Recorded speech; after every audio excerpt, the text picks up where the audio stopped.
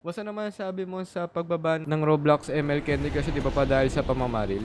Ano siya controversial thing siya na akala nila nagde-derive yung violence or yung pagiging masama through video games. Ang video games, for me, form of entertainment, leisure time, and also, ganito, by content creation. Marami siyang use na hindi mo pwedeng i-steer lang na ito yung naging origin or root or cause ng pamamaril. So, yun. Siguro masabi ko, mas mag-deep dive sila kung ano ba talaga yung real life causes. Tsaka, ano yung setup ng buhay. Tsaka yun nga, yung sinasabi nila, like i-emphasize ko rin, yung parenting. Parenting, tsaka yung pagpapalaki ng mga guardians, di ba? Like, eto, like, dinetailed ko na nga sa inyo eh.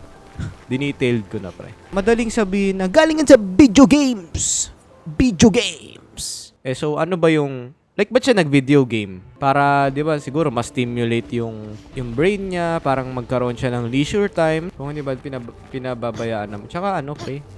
Hindi lang sa pinapabayaan, parang kulang sa disiplina. Eto tingin nyo ba? Good reason ba na kunin mo yung baril ng tita mo? Or kumuha ka ng baril? Yung video games, ano yun? Para ma-simulate mo in real life yung violence. Hindi naman ganun yun eh.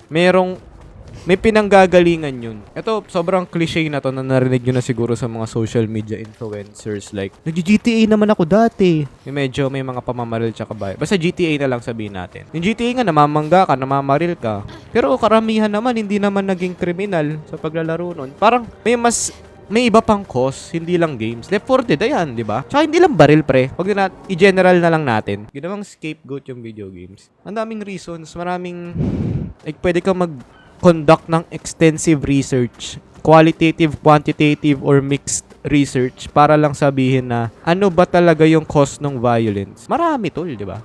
Hindi mo siya mapipinpoint. Ang problema, parang fina-funnel mo sa video games, which is, well, yun lang naman. Yun lang naman masasabi ko sa'yo. Kung namang, nakalimutan ko yung pangalan nung nagsabi. Pink's Caution. Yan. Gusto ko yun. Nagustuhan ko yung tanong mo.